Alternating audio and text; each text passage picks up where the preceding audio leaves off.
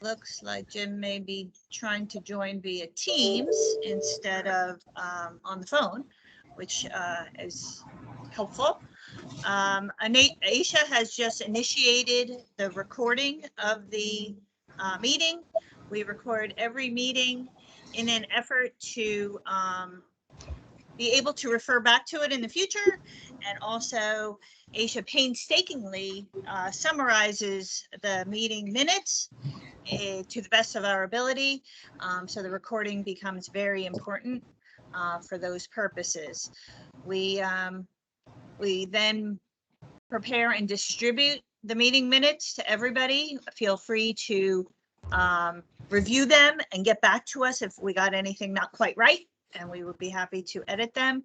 They also get posted on our Solar Panel Commission recycling webpage. That is part of the DEP's webpage. A couple of housekeeping reminders. Please mute yourself if you are not speaking to minimize feedback. Also, if you are speaking and unmute yourself, please try and minimize background noise. Again, this is helpful when Aisha is trying to transcribe the recording. We have several guest speakers today. So before you ask your question of the guest speaker, please announce your name and your affiliation so the guest speaker knows who's asking the question. And again, we'll help Aisha with transcribing the recording. That's it for housekeeping.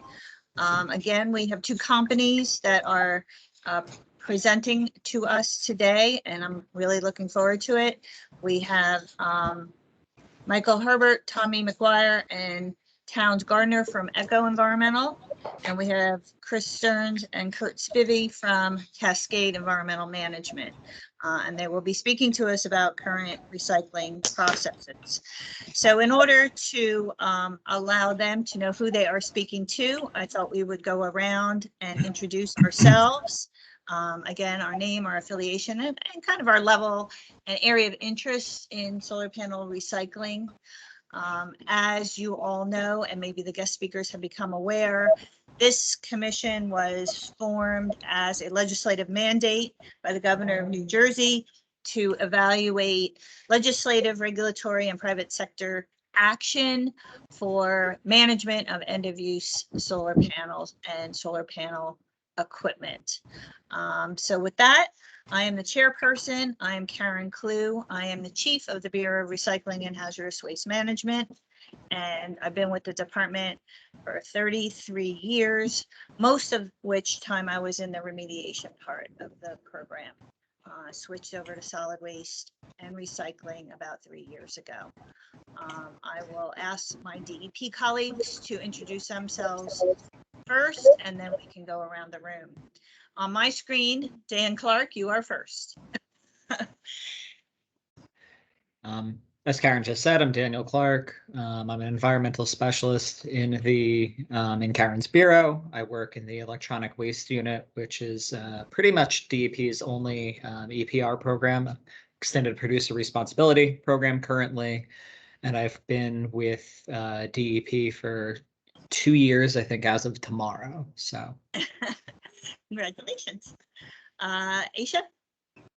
Hi, everyone. I'm Aisha. Don't be intimidated by the spelling of my name. It's Aisha. I am the secretary for the Bureau of Recycling and Hazardous Waste Management. And for the group, I'm the support person. I set up all the appointments.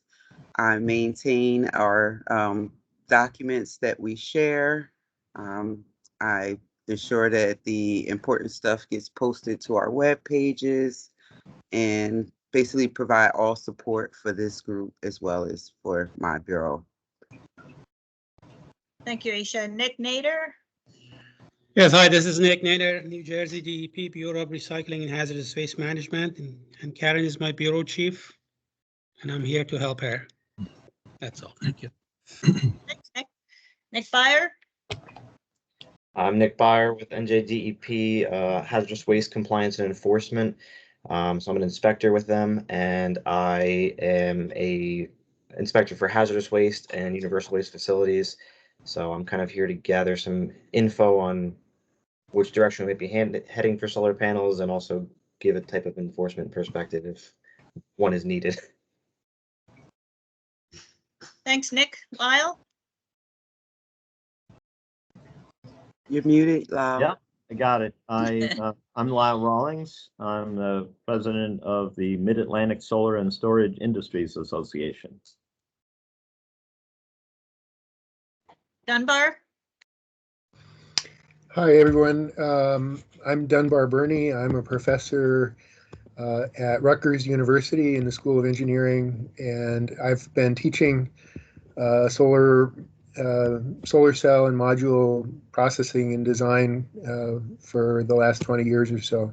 It's interesting to see the evolution of solar as you look back and realize how long we've been doing this. So there. Thanks, Dunbar. Chris? Hi, good afternoon. My name is Chris Gulix. I'm with PSE&G, the regulated electric and gas utility. I'm the environmental strategy manager, and one of the efforts put in front of me was to try and find proper homes for our solar panels that come off our utility poles, and soon some of our arrays will be coming to end of life. So I'm happy to participate with the committee. Thank you. Thanks, Chris. Dave?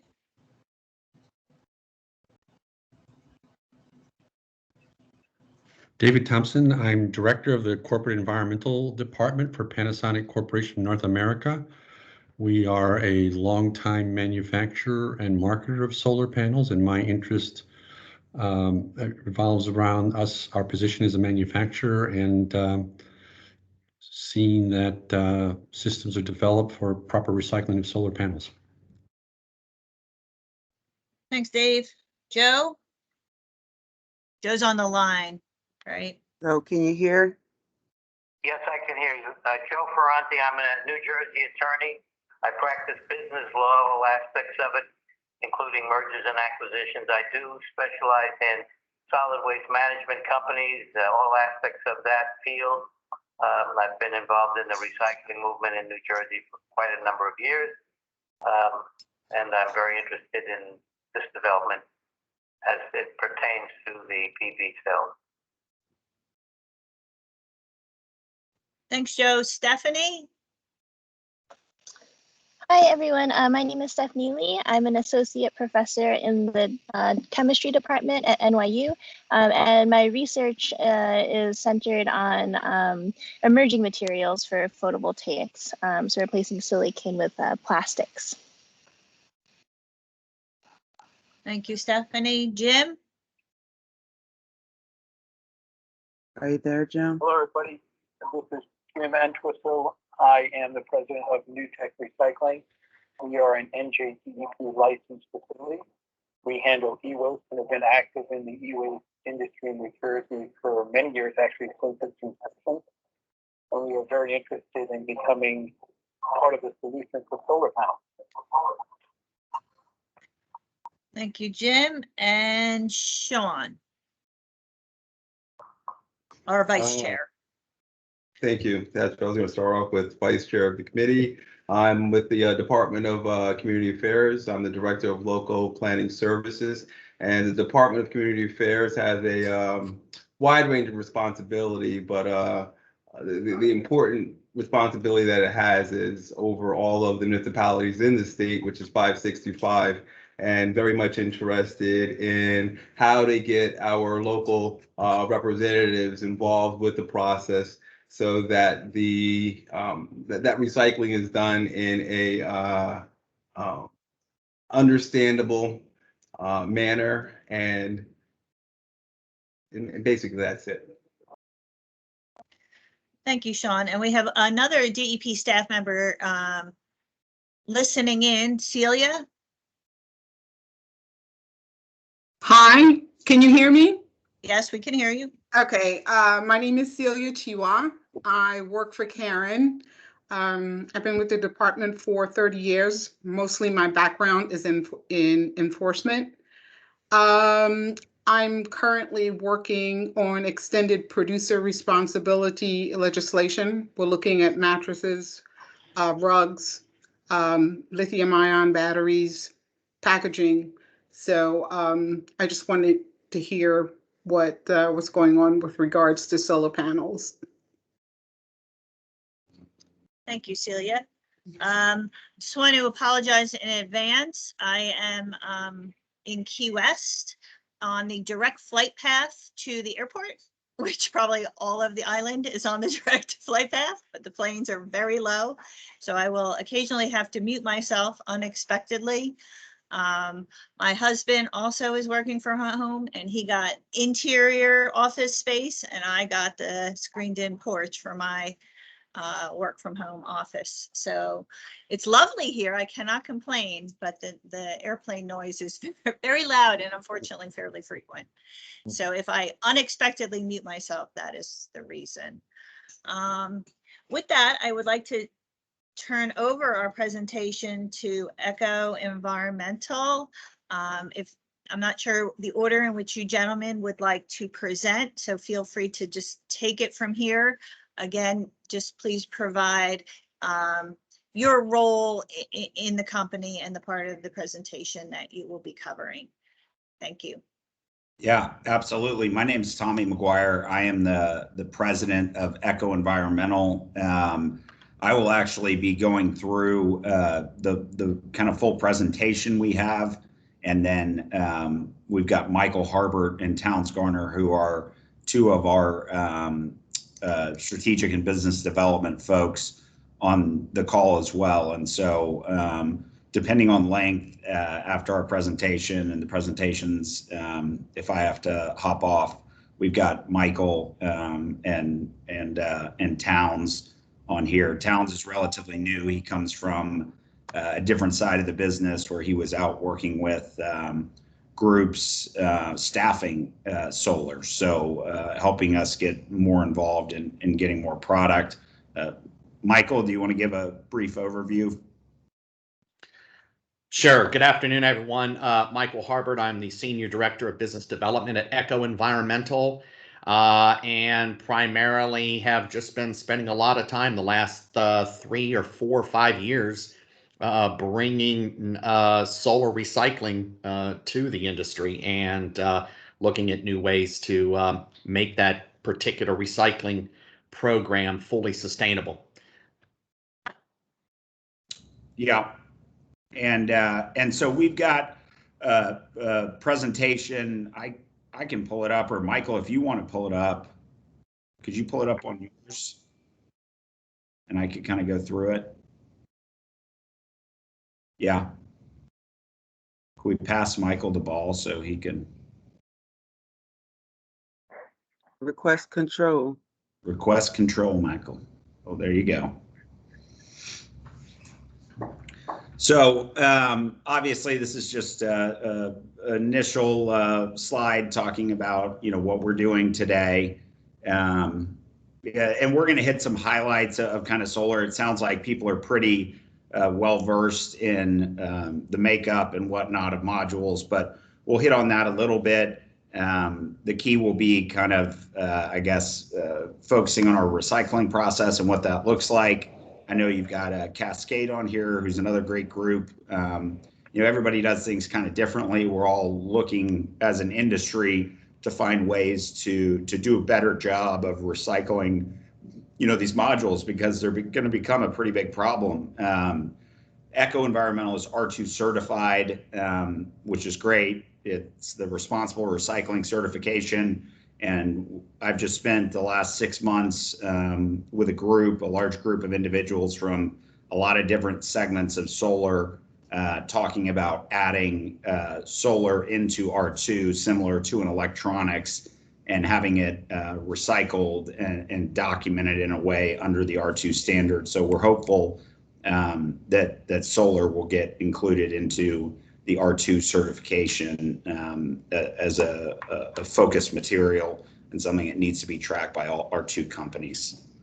So on the next slide, just kind of our agenda. Sorry. Solar. Tommy, sorry. This is Dan Clark. I turned off my camera. My cats are aggressively settling into where we just moved. I was just wondering because, I work at e-waste and we deal a lot with companies that are R2 or EStewards certified or both.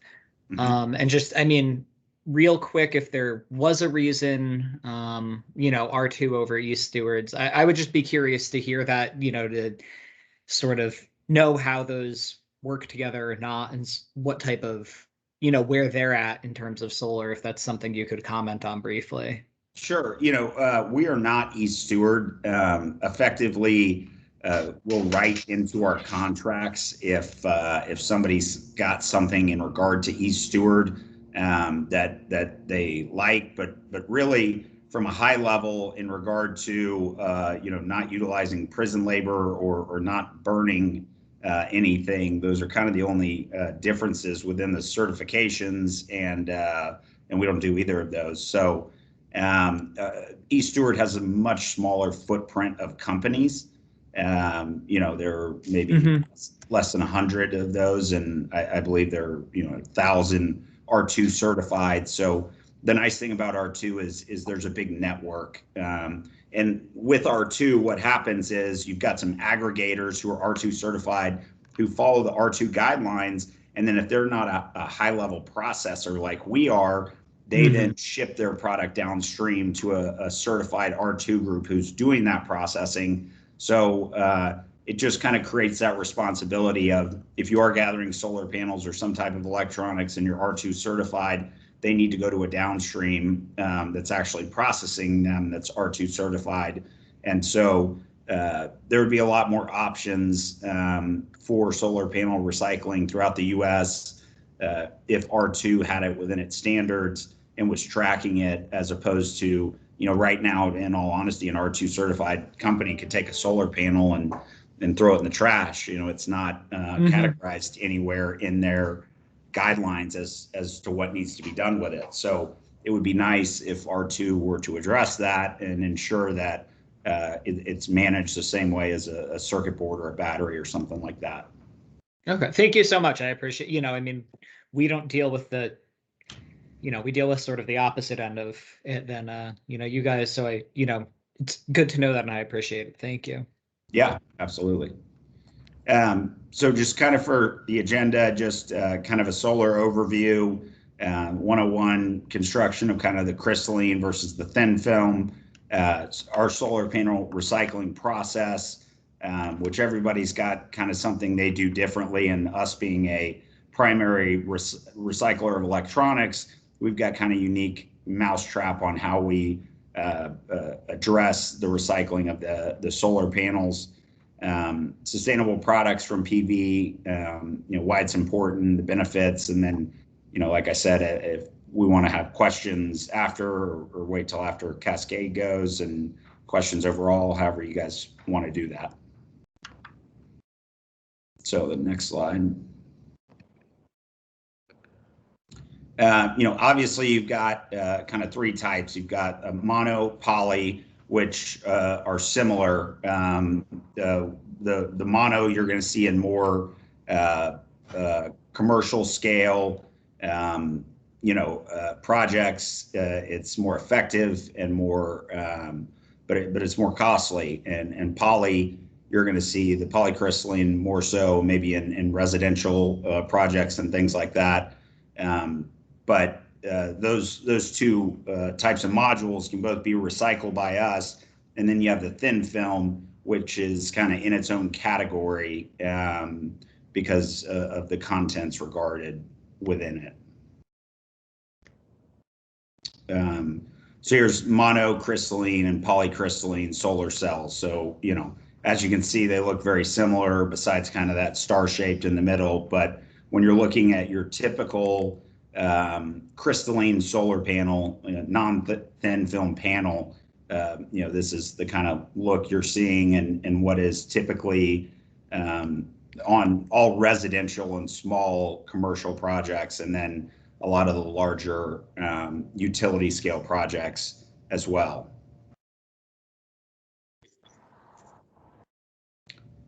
basic construction, there's an aluminum frame, tempered glass, the encapsulate, the solar cells, and then the back sheet, which is the polystyre. Oh, I've got it down here somewhere. I always forget. Polyvinyl fluoride, Tommy. Yeah, polyvinyl fluoride. That's what it is. And then a junction box and some wires. And so, the way these are put together, they're very difficult, for you to be able to go in and get each one of these levels extracted. There are some machines and technologies I've seen out there, but they're relatively slow.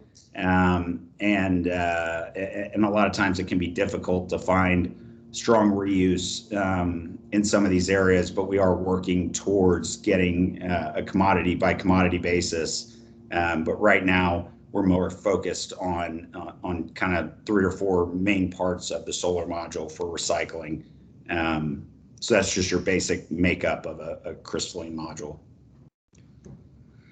And then on the thin film, it's they don't use the silicon wafer material on the crystalline units. There's a tin lead solder or something that runs through them that connects all of the cells, and the thin film is more flexible and it has a different makeup, but unfortunately, it's got much more hazardous elements in it. With your mono or polycrystalline, you've got with a mono or polycrystalline, you've got a little bit of lead and silver and things like that, similar to the makeup of a circuit board if you were going to do a T-clip on that. So we really see the mono and polycrystalline similar to kind of a circuit board makeup, but the thin film have things like cadmium, telluride, and copper, indium, gallium, all of these types of things. So usually you're going to see, these products from a single manufacturer for solar, and they've actually got their own recycling and take back process built in, both because of the hazardous aspects and because they're able to capture back some of that cadmium and telluride to be utilized back into their systems. So traditionally, when we're talking about recycling, it's the poly and monocrystalline units, not these thin film units. The construction of a thin film is pretty much the same of how things go on. They don't have that aluminum around them, around the edging, and so that's kind of how you can tell the difference between a thin film and a polycrystalline or monocrystalline unit. So that aluminum is usually a pretty good indicator of which unit is coming through. So for our recycling process, what we do is we actually remove the aluminum. A lot of times folks just throw them into a big shredder. I found that to be difficult because you're going to end up with shards of glass and things like that coming off of the aluminum, and a lot of stuff gets lost in the process. Imagine a big auto shredder. There's so many chutes and directions things can go. So we actually cut off the wiring, remove the junction box, and then have a pressing process where we're actually punching out the glass so that we've got a pretty clean aluminum product. And then the remaining PV is shredded down to a small particle size, sometimes twice, for some level of glass separation, and then it goes into a granulation where more of the glass is removed out, and we're left with kind of that wafer, backing combination with a little bit of glass in it. But our goal, like that top picture, is to get as much clean glass as we can, and then the balance of that product is kind of a fluff. It's got the silicone, the silver, some of that plastic backing. But the nice thing is we're one of the larger electronics recyclers in the country. And so we've got a lot of low-grade circuit boards that are going to smelters. And so we're able to blend in that backing product to go to the smelter, and it dilutes a little bit the value of the electronic circuit boards that we're refining, but we can ensure that if there's any rare earths or precious metals or things like that within it, they will get captured. And if you were to just send that byproduct by itself to the smelter, there'd be a number of charges just because there's not any payable precious metals. So because of our ability to refine all these circuit boards, we can manage some of this non-glass product that we come up with. We are looking at ways to get further separation of the backsheet and the silicon and the metals and things like that. But it's a fairly technical process, and you know, we're happy with kind of the way we're processing it right now, and always looking to expand upon that. So these are the type of things when you get kind of a clean glass product, could be made into a foam insulation that goes into homes, abrasives, reflective paint, even you know, building products and things like that. And so the fact that our wire is being chopped and going to a wire processor, our aluminum is being removed and going to an aluminum mill, the glass that we can get pure enough is going to a glass facility, and then the balance is going to be processed at a refinery. Nothing from the circuit boards ends up as a waste. And you know, a lot of folks end up pulling off the aluminum and throwing the rest in the trash or whatever it is. So we're pretty proud of the fact that that we've developed a process that really can manage, you know, front to back all of the processing of the units. So like I just said, 100% recycling, you know, maximize the residual value. We're trying to continue to grow, minimize the risks to the environment by keeping products out of the landfill. It's also minimizing the risk of the industry as a whole. You got manufacturers, you have folks that have large industrial or utility sites. The last thing you want is a 60 minutes like there was 8-10 years ago about electronics and how they were piling up overseas.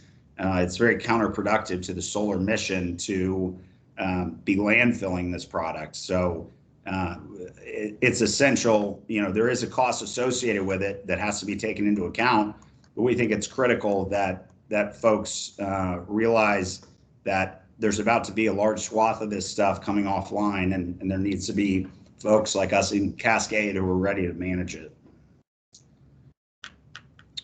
So why it's important, last year, 35 million panels were installed, which will reach the end of their life at some point, and that's not to count the hundreds of millions of panels that are already in place in the US today. Currently, unfortunately, about 90% of solar panels end up in a landfill, where like e-waste, they eventually, you know, could leak some toxic chemicals, have some issues with ground supply. And by 2050, the waste from solar panels will make up about 10% of the total electronic waste worldwide, which, you know, 10% doesn't seem like a big number, but when you think about electronics, it's pretty incredible that one item could make that up. And we found studies that do show those thin film units, if they're not properly managed, 62% of their cadmium can leak into the ground or the water supply if they're not disposed of in a hazardous landfill or processed properly within only a year's time. So it's really important on those thin films to have those properly managed and recycled. The benefits of solar reuse over the next 30 years, recycling, you know, we think there's a play for the parts and pieces. You know, Michael found somewhere an estimated $15 billion in value could be produced, as much as 630 gigawatts of electricity and new models just from parts and pieces.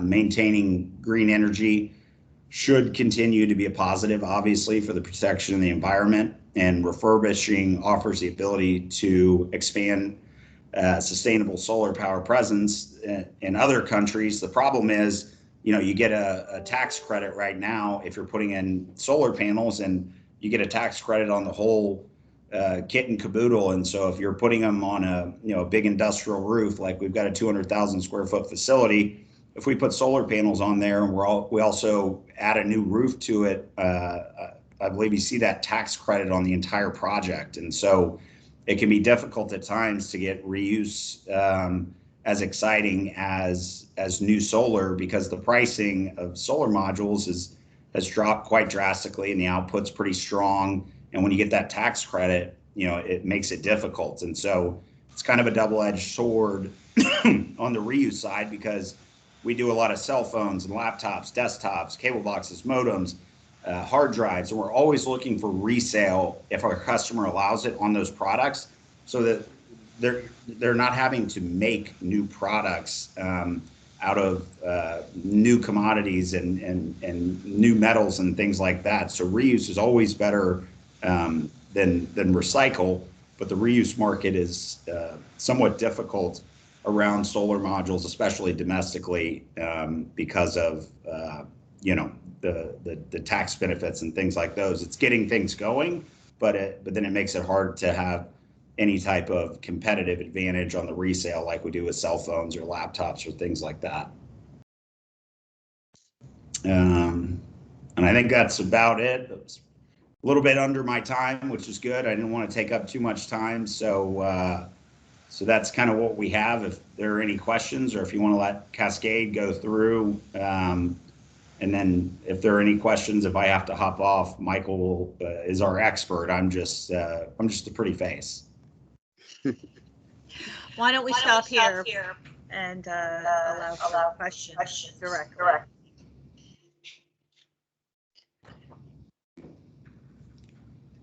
Stephanie? Hi, Tommy. Thank you so much for the presentation. I really enjoyed it. One question I had was how much value would be added if you could remove the back sheet before crushing? Do you see that potentially adding a lot more? I believe so. I believe any type of clean plastic or back sheet that we can get usually has a home on the resale side. There are companies that are even paying over virgin prices for plastic to get some portion of reusable within there. And so being able to get a clean back sheet off, not knowing exactly the markets and whatnot, we'd have to talk to our engineering guys. But I believe that getting the back sheet off would absolutely be a help, because I think that we would be able to potentially, if it's clean and you could just peel it off, we could probably granulate those, put them through our plastics process, and reintroduce them to the solar manufacturing world, if nothing else. And it also decreases the dilution of what we're sending to be smelted overseas through our smelter in Japan, Mitsubishi. So I would only see an easy removal of a back sheet as a net positive. Okay, thank you. Tommy, if I could interject real quick, I will say this, Stephanie, that the issue with the back sheet is the fluoride too. So being able to reduce or eliminate the fluoride from that particular back sheet so that it could be put back into reuse will be key as well. I see. So because the fluoride is there, you cannot use it right now. I believe that's the case. It cannot. Yes, I believe that's the case. Let's just say that. Okay. Any more questions, Joe? Two questions. One, what's the percentage of the market with the thin film PVs?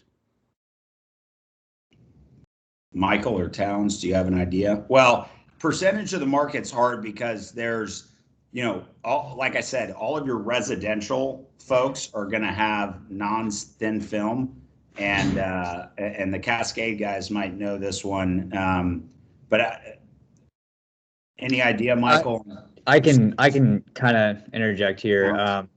It really kind of depends on what market you're looking at. Like Tommy just alluded to, you've got your residential, commercial, and utility. The utility is harvesting energy and selling that. So most of what we see or have seen, I don't have an accurate percentage, so I'm not going to say that, but there are quite a few utility sites that are building with thin film. And there's really only one manufacturer that you see producing that, which would be First Solar. I would say that the majority of the market is going to be monopolycrystalline, and there are several manufacturers producing those. So definitely less than half, but gaining speed towards that number. And if I may, this is Lyle Rawlings, just to give a New Jersey perspective on that.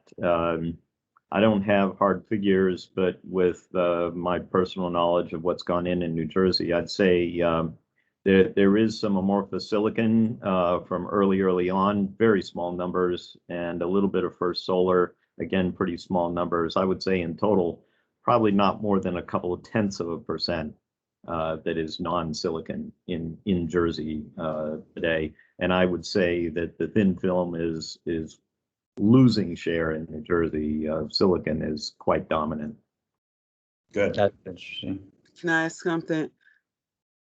Maybe some of our recycler people can help to answer this question, but how can we verify that information, what Lau just stated, that the installation rates in New Jersey for the thin film and the cadmium and the silicon, for these hazardous waste ones, is there any way, what would be a starting point for us to verify or to confirm that this installation amounts in New Jersey is low? How can we know that? Sounds like Lyle's got an answer. Yeah, maybe not an answer, but just a comment. The amorphous silicon, as I said, is extremely small, and a lot of that is from a local New Jersey manufacturer that I'm very familiar with. There wouldn't be very much, if any, hazardous material in the amorphous silicon. So really the focus would be on the copper indium diselenide, the First Solar. I mean, virtually all the CIS has been First Solar. And cadmium telluride, I'm unaware of any. So I think verification would be primarily running down what First Solar has put in the state, which I believe to have been just a couple of projects of any size that we should be able to pretty easily identify. Possibly in the monthly reports, the installation reports that come out of the New Jersey Clean Energy Program every month. Those are easily available on the web. If it's not identified in there, which I think, if I recall correctly, there's a pretty good chance that it would be identified there, then that'll be a half an hour job to identify them. If not, it should be possible to run down those couple of First Solar installs pretty easily. Yeah, I think that's the right path to go. That just because First Solar's not doing really any residential stuff, so you just need to see what, if any, First Solar utility scale projects have been in New Jersey, and that should answer your question. Okay, thank you guys. Thank you. Thank you, Aisha. Chris?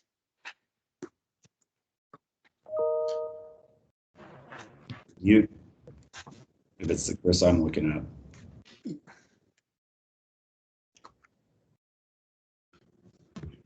Still mute. Oh, how about now? There we go, Chris. All right, I'm sorry. Thank you very much for your presentation. Greatly appreciate your time. I have a couple questions, but one thing we deal with is determining waste characterization. So from a has versus non-has category, I know from reading through your literature and your quals, you guys don't accept hazardous waste. So our challenge is determining the different manufacturers and types of panels, what may be hazardous versus non-hazardous. We've done at PSE&G, we've done some testing that I can't say was done absolutely in accordance with RCRA requirements, but just for our own knowledge, and we had a lot of panels come up very high in lead concentrations, above hazardous concentrations. So just curious, what do you guys do from a quality assurance, quality control standpoint to ensure the waste you're receiving is not a RCRA hazardous waste? Michael can kind of speak to that. We've done T-clips on most of the product that we're receiving in. But go ahead, Michael. Yeah. So one of the things that that we look at, and this is a big issue, Chris, in across the country. I mean, it's been dealt with in California, where they literally classify it as a universal waste. And it really is up to the generator at that particular point to make that determination currently, because of the regulations in most states. There is no real regulation on what a solar panel is going to be classified. So you, in many cases, most of our customers look at it like they would electronic waste. And so it would fall with an electronic waste exemption. And we do, of course, capture those metals from our process. So we're assuring is that lead does not make it into any kind of landfill or can be leached into, of course, groundwater, ground contamination, et cetera. Yeah, because there are electronic circuit boards and things like that probably have higher lead concentrations that obviously than others, and some that might be higher than the standards. But because they've got a universal waste exemption, they kind of all fall into the same bucket. And I know that's not a great answer, but we do receive old product that's still got mercury on it, or lead or things like that. And so it's just kind of an aggregation of all of the products and looking at it as a whole. And then when you do have to deal with those certain items, as long as your team is well versed and knows how to identify them and ensure that they're properly managed. Okay, thank you. Just one different question, but along the same lines. So we looked at other options initially for panels, looked at hazardous secondary material option for getting rid of these, because right now we dispose of them as hazardous waste properly. So one question I had is a lot of EPA requires, that they use the term legitimate recycling, which has the receiver of the material, such as you, looking at your downstream facilities and creating an audit program to ensure that their product is actually being used as a replacement for other products, not essentially a majority of it then being disposed of. Have you guys done any verification of your downstream receivers, and do you guys have an audit program to ensure their material they're receiving is being reused and not disposed of? Yeah, so we only go to end consumer, we're going directly to aluminum mills or to glass mills or to primary copper smelters. And so you're talking about Mitsubishi, one of the largest copper smelters in the world. Well, none of our downstream, all of our downstreams are the final processor. That's where the R2 kind of gets interesting, because if you're an R2 certified smaller company, it's important. That's why you can send to non-R2s, but it's easier to send to an R2 because that their downstreams are vetted and regulated. And so this big funnel kind of comes down to us, where we are the actual final processor, shredder, destroyer here in the US to get to kind of those commodities. And then we're going to those final mills directly. So there's no downstream liability really with our products going to these final, multi-billion-dollar mills and refiners and things like that. Okay, thank you. Mm-hmm. That was it. That's all I had. Anybody else have questions? Yeah, Karen, I have couple of general questions, if I may. Okay, just want to ask Tommy. I think Chris already touched on this one. So you do have well-established and reliable end markets for glass in Texas. Is that what you're saying? Yes. You do. Okay. All right, that's good. And what happens to the 1% heavy metals content in those solar panels? You said you send them to smelters, or? Yeah, like the silver and things like that. Yes. Yeah, that gets commingled into our circuit board shred, and we're sending hundreds of thousands, if not millions, of pounds of circuit boards every month. We work with large companies managing their assets on an ongoing basis that are end of life. So we're an electronics recycler really at our core, but those metals get commingled to go to those smelters who are capturing that. Okay, and are your operations subject to any specific environmental regulations in Texas where you are, or specific regulations? That's why we have the R2 certification. Obviously, the TCQ, the Texas kind of EPA and whatnot, for stormwater and all those good things as a typical building. But we have different ISO and R2 certifications that we hold that exceed anything required by the state. Great. And my final question, do you have any interest in setting up a facility in New Jersey? Possibly. What would be your conditions for that? I don't know. Well, we'll probably have to fight with Cascade on conditions to see which one of us does it. So, but no, absolutely. That would be of interest and happy to look at. Okay, great. Thank you very much. Thank you. You bet. Anybody else? I have a couple of follow-ups. So from what states do you receive panels? Are there certain states that you can receive panels and certain states that you cannot? We receive from all across the country. And when you say your R2 certification exceeds the state standards, the state recycling standards, the state hazardous waste standards, or the state solid waste standards, under what regulatory scheme do you operate under? I mean, we're effectively, when I say that it exceeds the standard, the state has what it classifies as universal waste, what it classifies as hazardous waste, solid waste, those type of things. So we, like electronics and things like that, our R2 certification, every year we are audited to look at the downstream and processing of every type of product, every pound, mass balance that comes to our facility. So the outside certification the state isn't coming in and auditing us in regard to our recycling or our processing or any of that, because we are not a hazardous waste facility. And so I just more mean there's a lot more scrutiny on us via the R2 certification than anything from the state. So I guess the analogous example in New Jersey is e-waste. So sure, our authorized recyclers are required to be R2 certified or EStewards certified. But we also have an electronic waste management statute and regulations specific to e-waste. It's also considered universal waste in New Jersey. So I guess that's kind of my question. Under what statutory or regulatory umbrella does your facility fall from a state level? I think it's general recycling.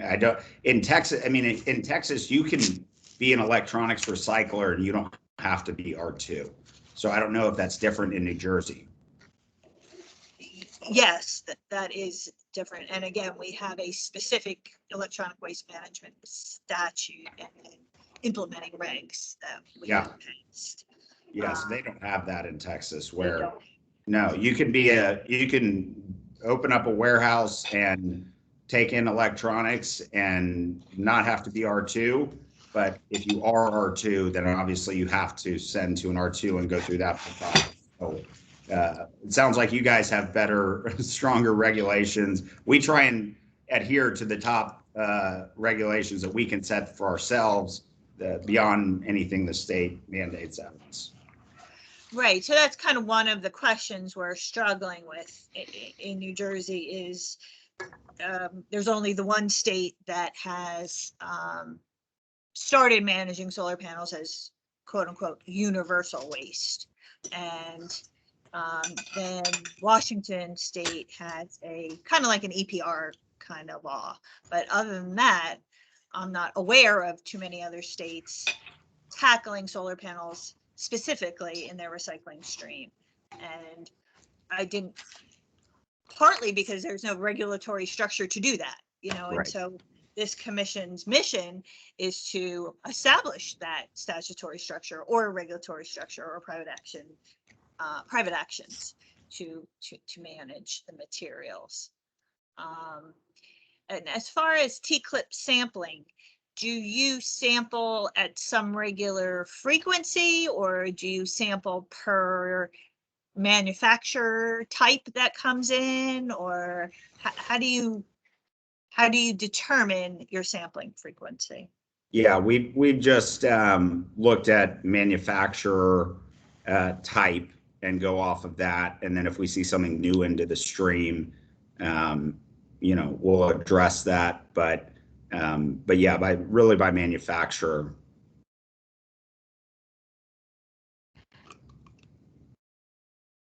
And do you see a difference with the, I guess the aluminum framing specifically, or maybe even the circuit boards, that the older panels have more lead than the newer panels? Or is there any kind of general statement to be made like that? And how do we find out more specifics about that?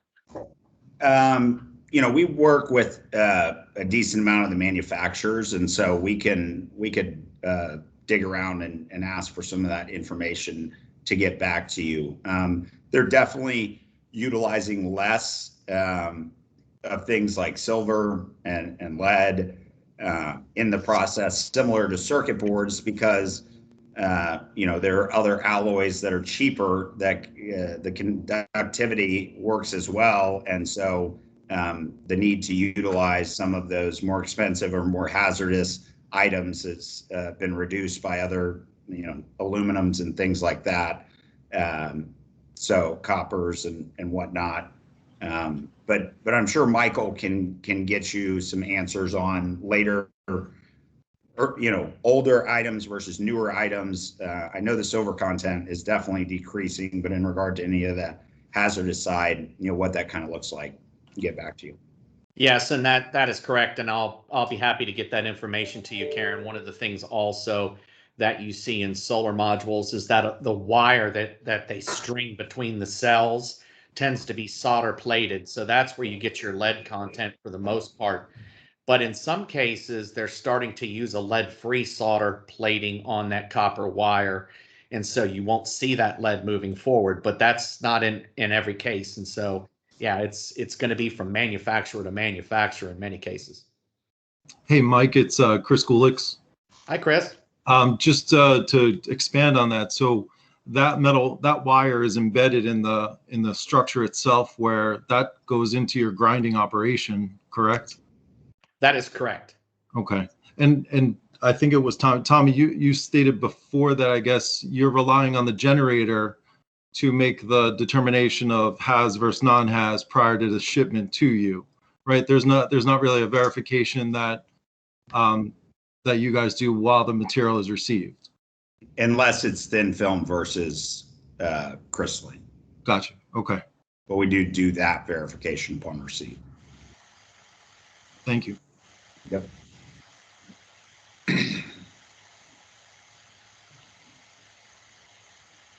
All right, any other questions? All right, well, I want to, again, thank you very much for your time and the information that you provided. Some of it may be very basic to some of the commission members, but a real education for others, including myself. So I appreciate taking the time, and I would appreciate that follow-up information. As long as I get to come to Key West and you can come to Dallas, we'll just. Yeah, it's not a bad gig down here. So anyway, with that, you gentlemen from Echo, please feel free to hang in on the call while we ask Cascade to present their information. And And again, we will have time for Q&A at the end. So with that, I'll turn it over to Cascade, Chris, or Kurt. Great. No, and I appreciate it. Good afternoon, everybody, and thanks to Echo for kind of leading the way and doing some of the hard part of the, the basics of this process, because so much of what we do has quite a bit in common, but I'm going to focus more on what we do that's a little bit different, just for the sake of everybody involved. So by way of introduction, I'm Chris Stearns. I'm the National Sales Director for Cascade Eco Minerals. I've been in the industry about 15 years. And basically, I started out in manufacturing for solar roof mounts and kind of gradually got into the distribution world. So I've sold quite a few solar arrays in my time. And really, my experience has been, my management has basically ignored this recycling question. Basically, these modules, a 25-year lifespan, has management looking at how they can make money now and not so much what happens to these modules down the road. And it's always been a question of mine that really has started to be addressed since I took this role on and now work for my boss, Kurt Spivey. And Kurt, if you want to just introduce yourself quickly as well. I don't know if, I think he's on mute at this point. But at any rate, I'm going to run through a quick presentation with hopes that any questions that, Am I on mute now? Oh, there you go. Here's Kurt. There we go. Oh, hi. Kurt Spivey here, Cascade Eco Minerals. I'm president. And yeah, Chris kind of filled in some a little of his background. Mine, I 30 years of experience in recycling of all kinds of mediums and engineered many systems to process electronics. Michael Harbert and I worked together for a number of years, right, Michael? That is correct. Yep, and at a previous company, but. Cascade Eco Minerals company I started with one of the largest glass recyclers in America, because it's a product, obviously solar, that is 85% glass, right? And so we've upgraded our systems across the country to handle solar, and it's very similar to a windshield, which we do thousands of tons of windshields. The difference is you have a polyvinyl urethane in the middle of a windshield, where in a solar laminate, it's EVA and backsheeting and the rest.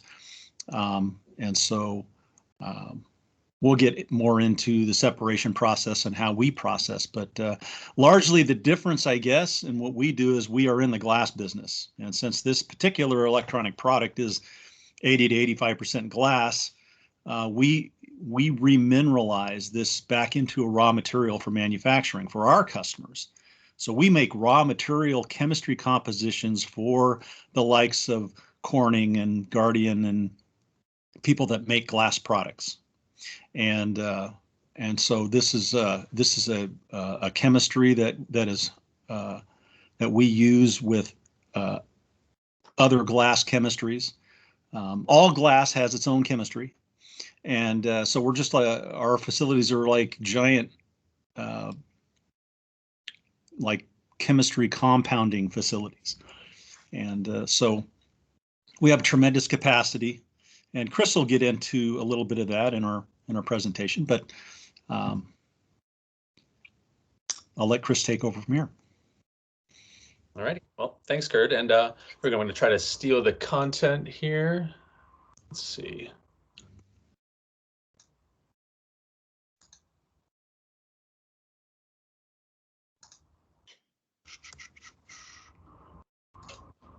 Asia, how do I request to be the presenter? I believe that it's in the more actions, the ellipsis up there by your icons. Oh, I see it. Okay. And,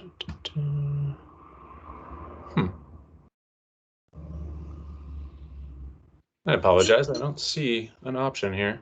You could share your screen. Do you see the square box with an arrow going upward?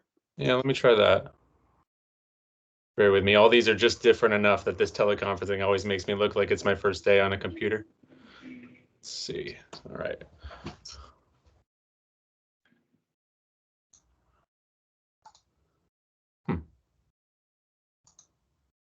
It does not want to play nice here.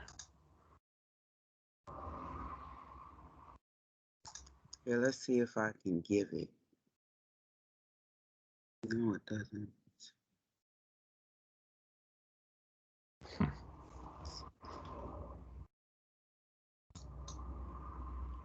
Right. It says that you can present. The settings are open for you. Okay. Yeah, so if you share your screen, which is the button next to the mute button, Right. You'll have to should, select. right. All right. Well, let me try this. Can you see my screen? We only see you. Well, that's half the battle. Mhm.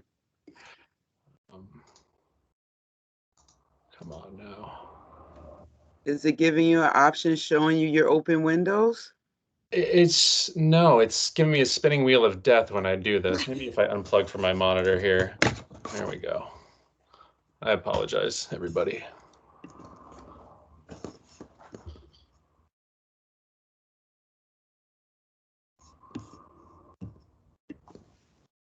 Okay.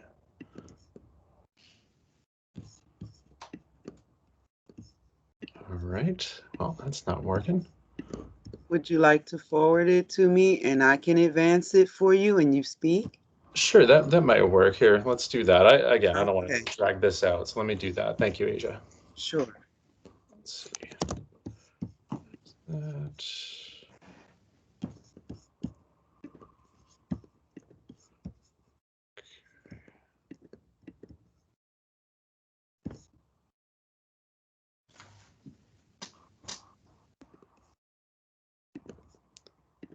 All right, that should be on its way here.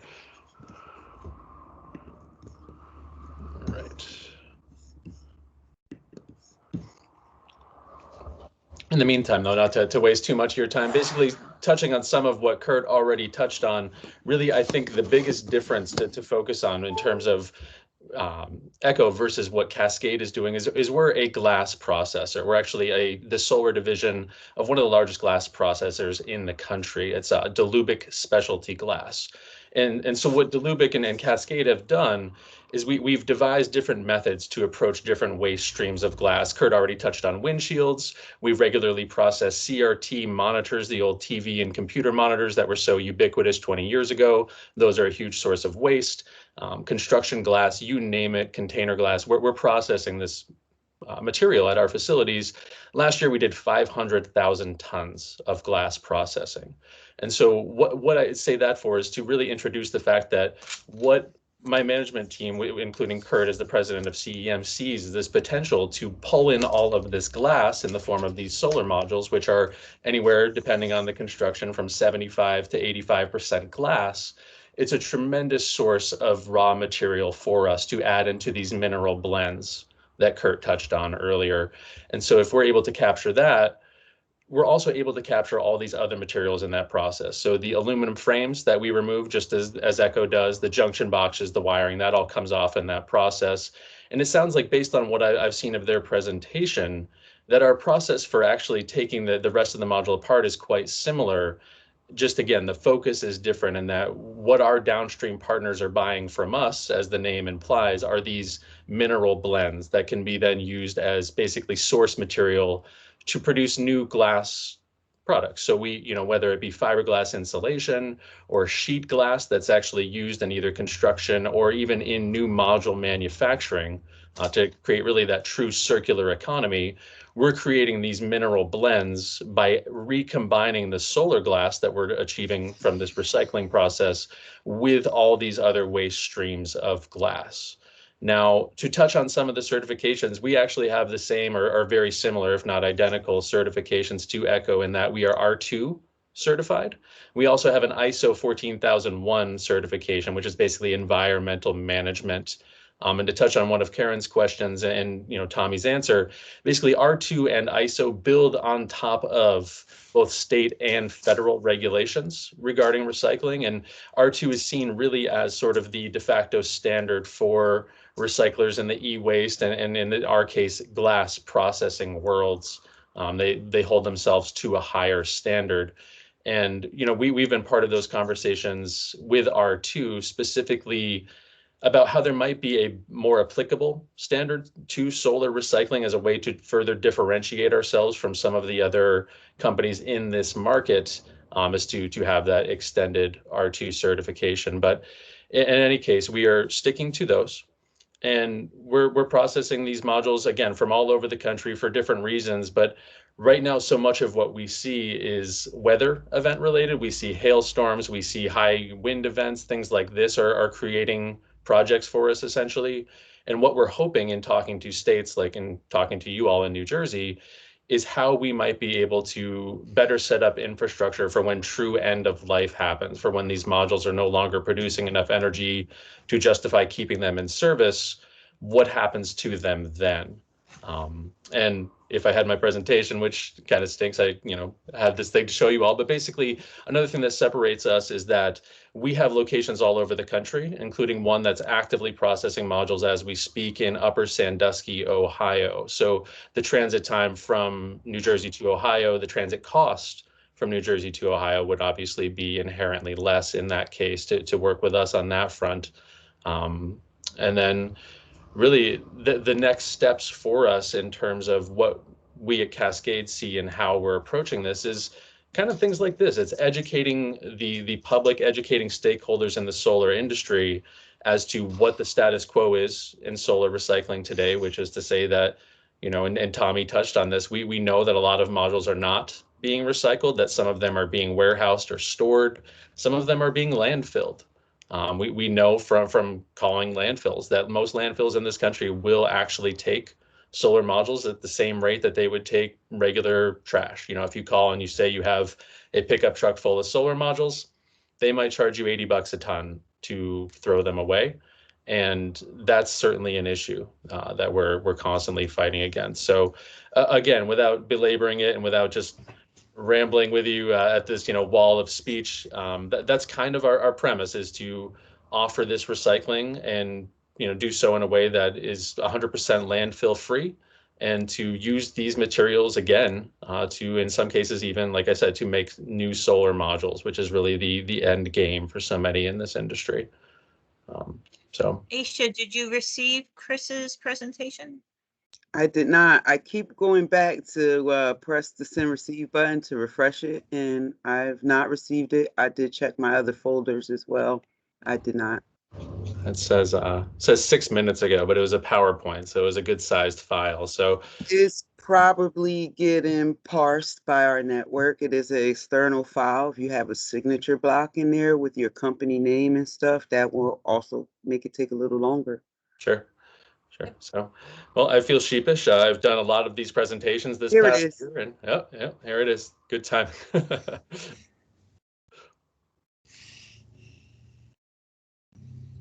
And you do have a little block there. So yes, that's something. It will hold it up. Right. All right, just give me one moment. I very much appreciate you. With you guys. So Chris, just give me a want to keep my mic off. You could just tell me when to advance the slide. Okay. No, I appreciate it.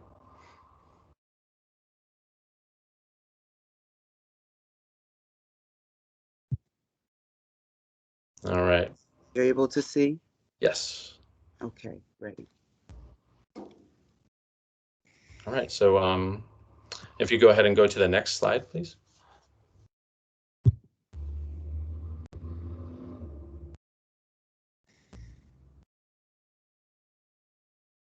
Are you seeing that? I'm seeing the first slide of the presentation. It is not showing my advancing. And it advanced, but it's not slideshow mode. There you go. Are you seeing it now? Did it advance? Like Karen said, it's still in sort of the editor mode, but I'm not certain why. It's on. All right, let me get back here. Stop sharing. And try again. I apologize, Aisha. This should be me struggling with this thing.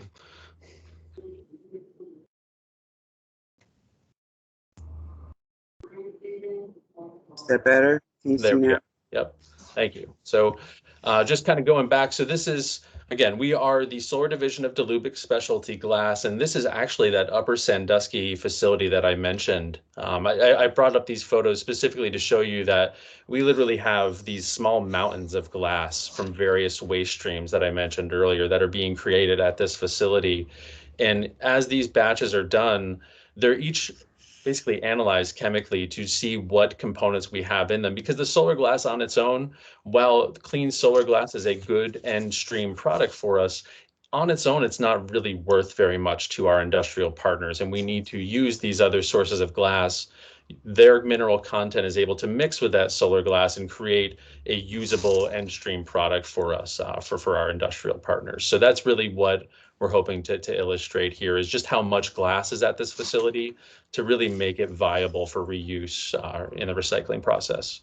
And so just touching on some other things here, Delubic, our partners there, it's a family business. They started in the 30s in their family garage, and basically different generations of the Delubics have come up with different ways and formed different relationships in the industry to get at where they are today. And Aisha, if you could go to the next slide, please. And then these are our locations. Now note the one up in the Pacific Northwest, that is still pending. We are looking at properties in basically Vancouver and Portland, Oregon, Vancouver, Washington being right across the river from Portland for a facility up there. That's still pending, but these other facilities are active.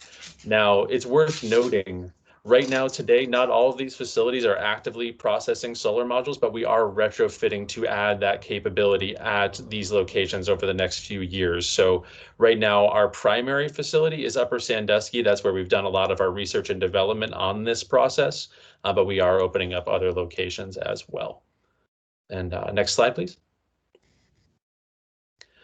And then really just kind of going over, we are the last stop. We're where a lot of e-waste companies that are in this industry. We work with some solar distribution companies. We're the last stop for where those aggregated modules end up. And really this facility, as Kurt touched on, we're processing automobile windshields, different forms of glass here, and occasionally we will do just complete production runs or deconstruction runs of these solar modules. And again, following those R2 and ISO certifications.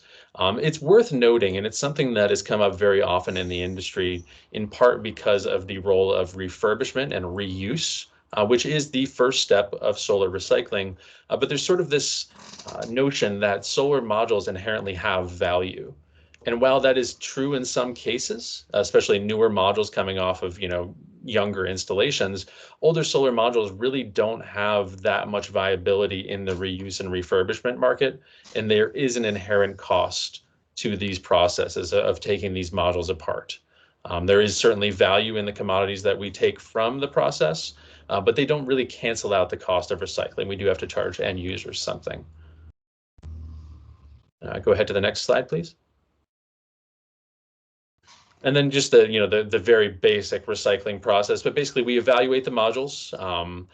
Typically we know beforehand, and I'm confident this is true with Eco and with most other recyclers dealing with this work, we know beforehand that they're crystalline solar modules, because as was discussed earlier, thin film does present an issue in the sense that cadmium telluride is not something that we're able to actively process in our facilities.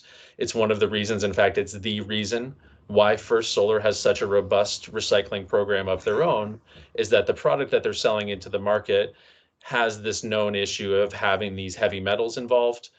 So we actually, our facility in Upper Sandusky, Ohio, is just down the road from their facility in Ohio, where we process glass that they run through their recycling system. After it's washed and deemed to be acceptable for, basically to move not as a hazardous waste, they send it to us for further processing. But essentially, we evaluate each module. We mark the modules that are truly at end of life for recycling. We recycle them down into their raw materials, and here is a handful of some of the mid-process, basically solar glass and associated components before our actual mineral sorting step. And then once it's made into a mineral combination for our end users, it's made into things like this fiberglass insulation here on the right that you see the man installing there. Go ahead for the next slide, please. And just some basic examples of end markets for us. I actually did not know anything about road beads before I took this job, but it's an interesting and actually a huge market in this country where this nozzle here, sort of between the spray of the paint, that's spraying out these fine spheres of glass that nestle into that top layer of paint. And this is actually through a process called retroreflection.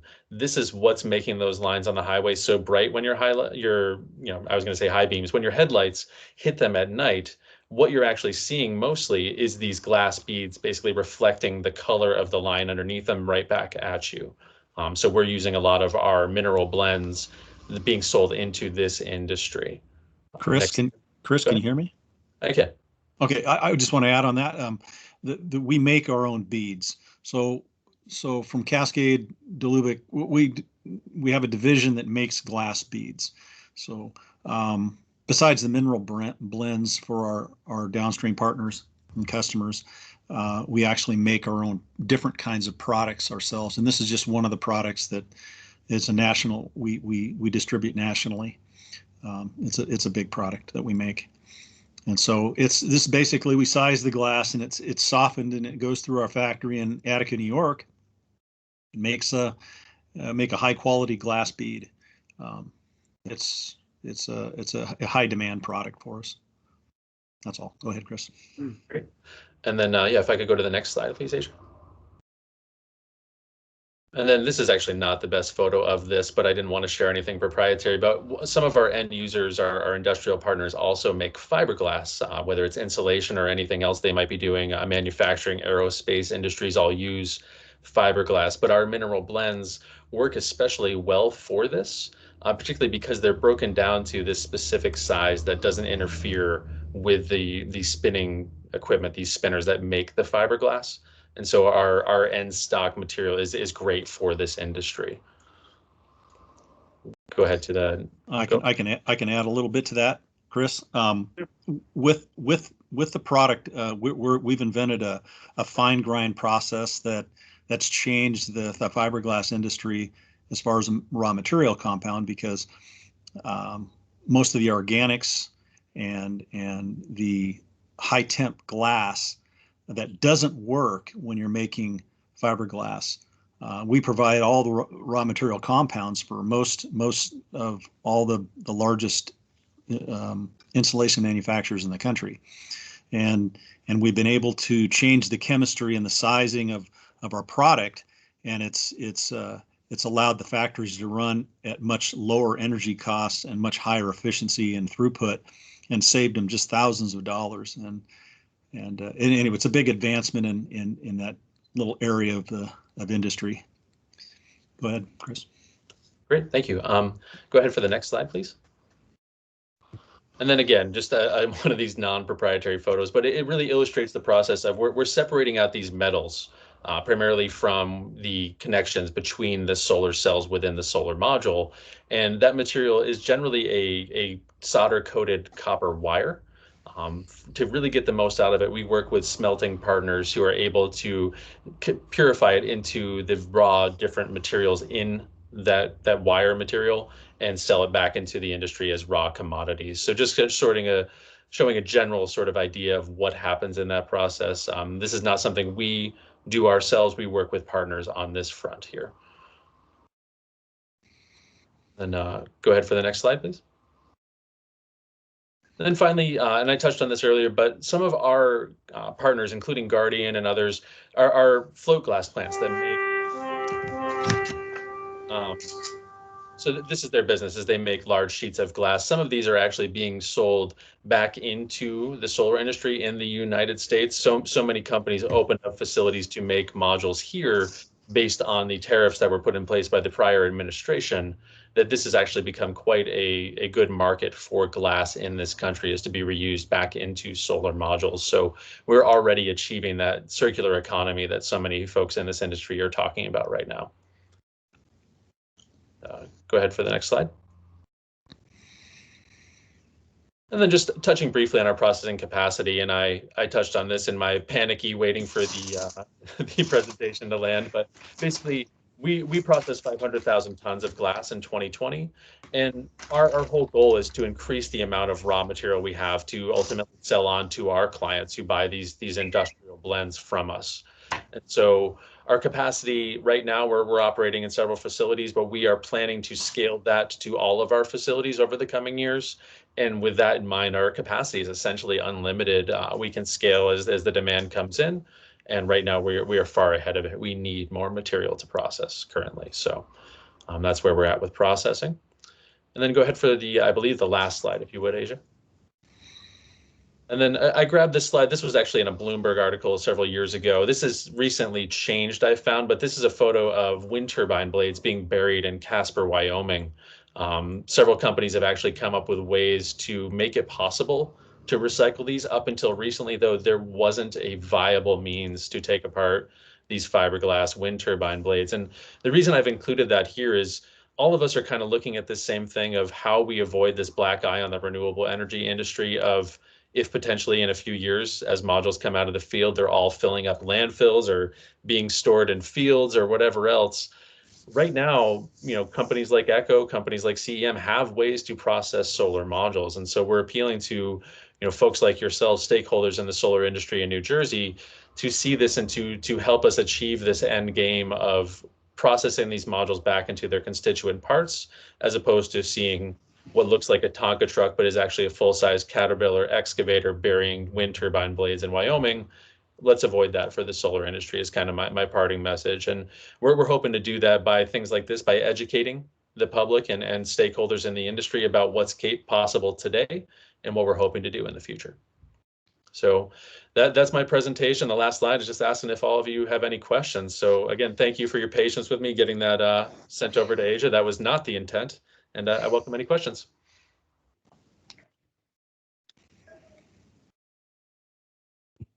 Any questions for Chris? Yes, actually. The education that you're providing to the public, what does that entail and who is your audience? Sure, no, it's a great question. Okay.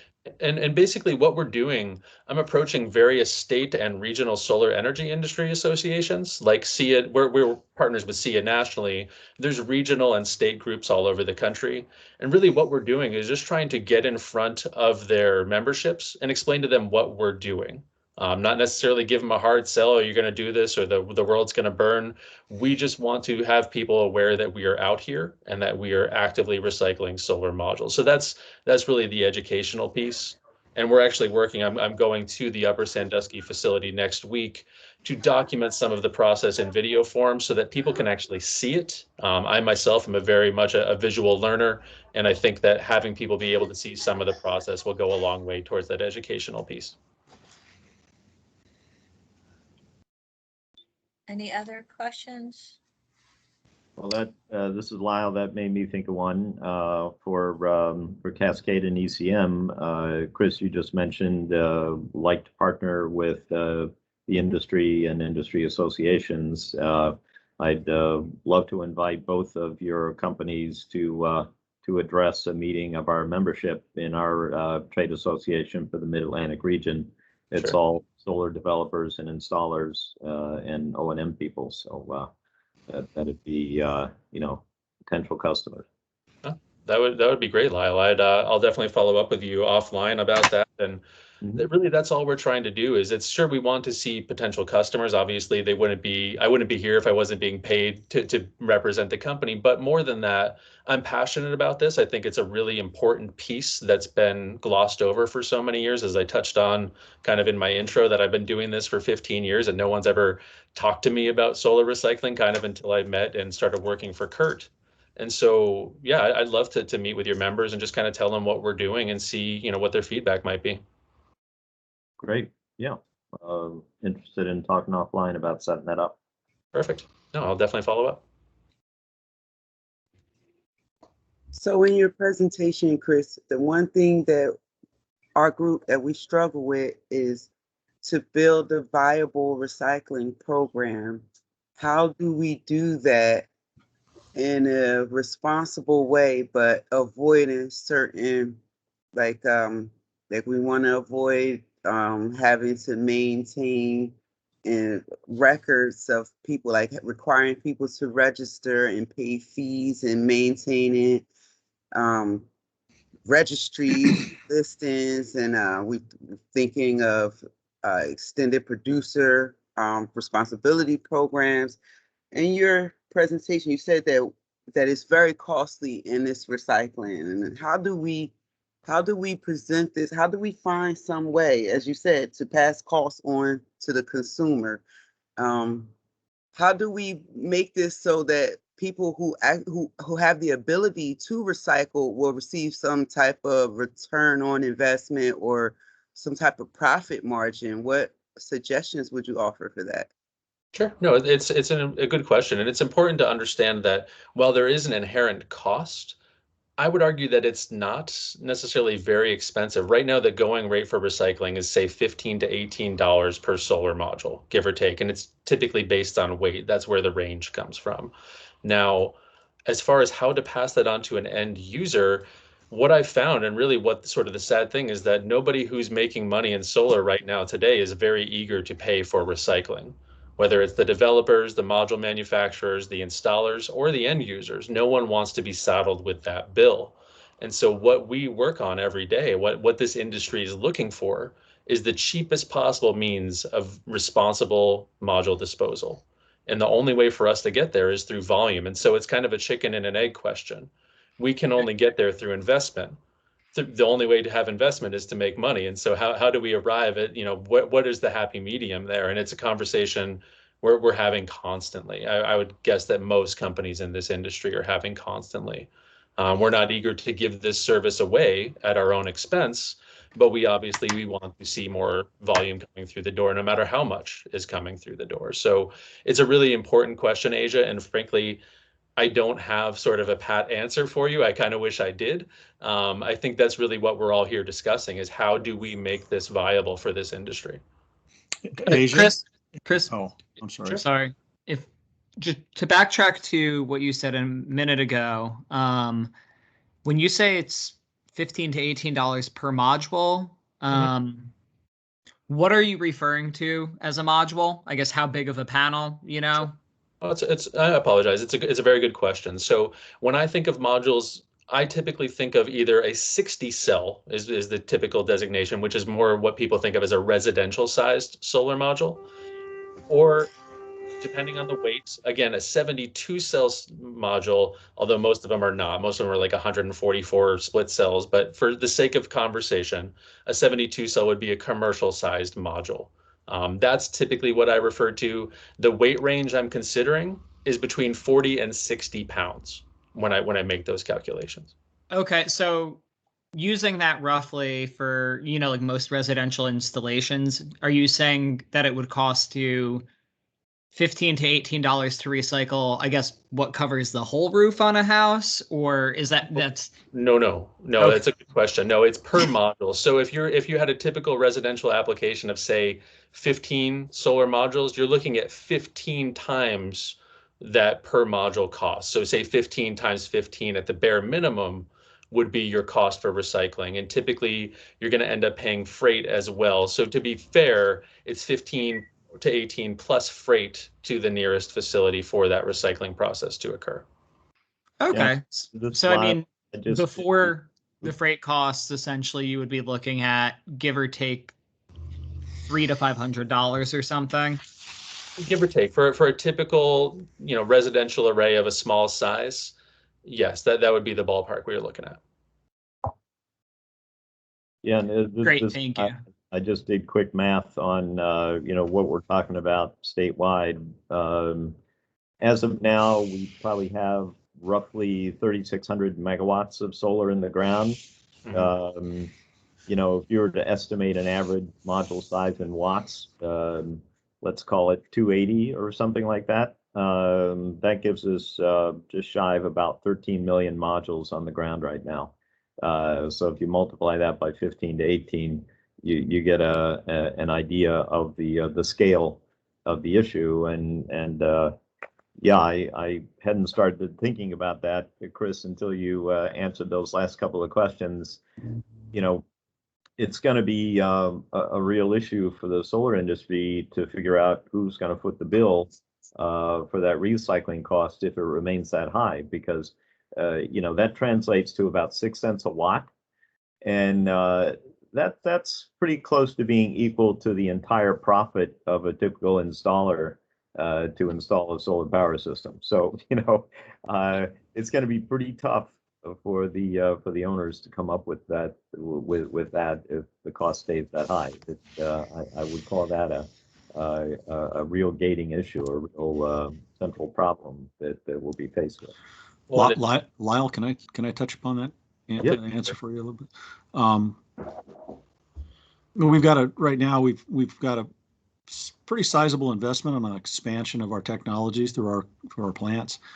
But certainly our aim and goal is to make this more affordable. And I think Chris touched on it a little bit earlier. Obviously, volume might change that because we're going to be able to get that price down because this product we can use we're making raw materials from it. Mm-hmm. So, I mean, we're so early on in this game, but what I have to say that I see this where this is going and at a faster rate than I think people might realize is that, and I saw it with electronics, and I'm sure that Tommy and Michael can agree to this. I mean, I've seen the advancement in technology on the solar panel in just a few short years go from you were citing an average of 280 watt to 400 watt. And what's happening is this 25-year idea, or something's going to last in an array for 20 years, is not going to happen. There's refreshing going on where you can put in a 400 watt or a bifacial watt, a 500 watt panel when you just 5 years ago installed something at 280 watt. And so some of the large arrays and the technology curve is going so fast that I see a rotation of this product, happening sooner than what was probably estimated when it was installed. Well, that may be a good policy issue for this commission to consider, whether policies should encourage not just reuse, but keep using. Because these modules are warranted for 25 years, and now some of them are warranted for 30 years, and they have at least a 35-year useful life. It would be a waste of resources to start trashing them when they're still producing useful electricity. And that what you brought up about refreshing or repowering arrays is a very active conversation now within the industry, but maybe from the point of overall societal policy, we should balance the desire to get more power out of less space, because we're a very space constrained state, but balance that with the waste that would occur, and it's wasted investment as well as wasted material if we do that kind of refreshing. That probably should be a very active debate and discussion. Yeah, I probably see that more in commercial, arrays. You're not going to see it in residential like that, but you will, in the large utility ground mount projects and things. It is what it is.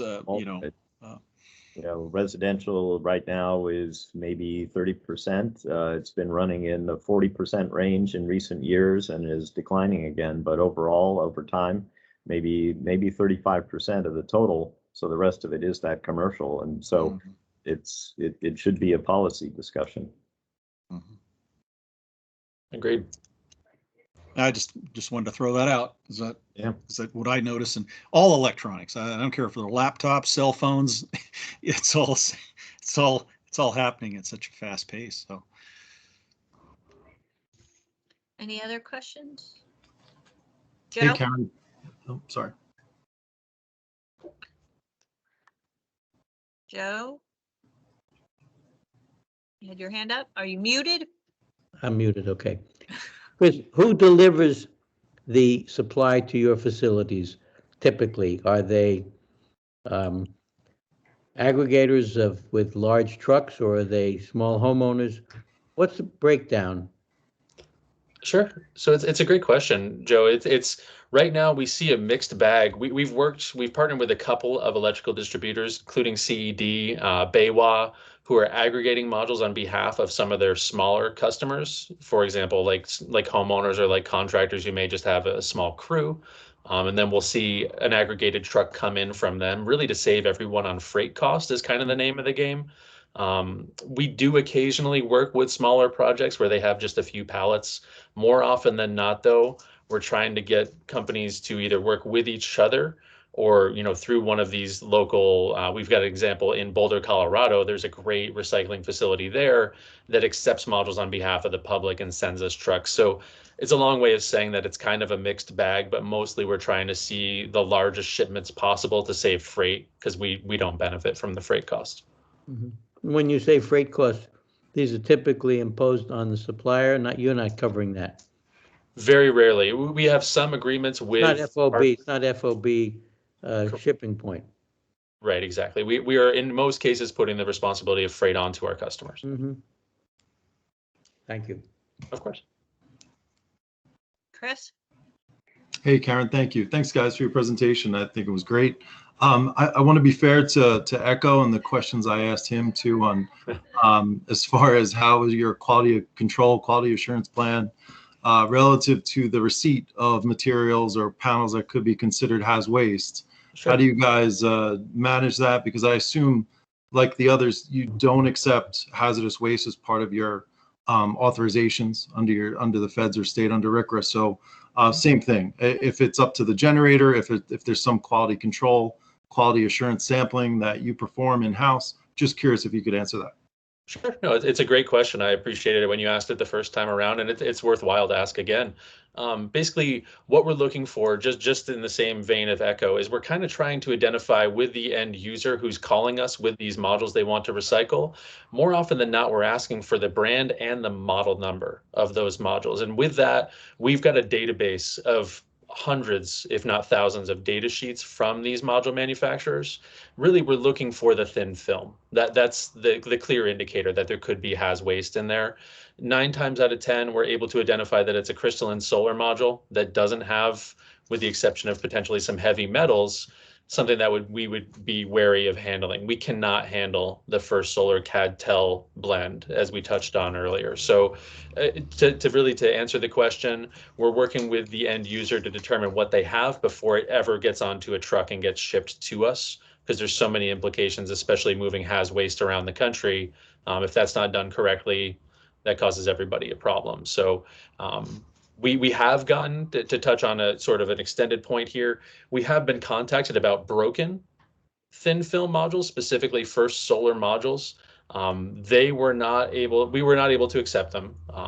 First Solar was not actually able to accept them because of the nature of, they were in Florida, I believe, and would have had to been sent to Ohio on a haz waste manifest. So it's a big issue, talking about moving broken thin film modules right now.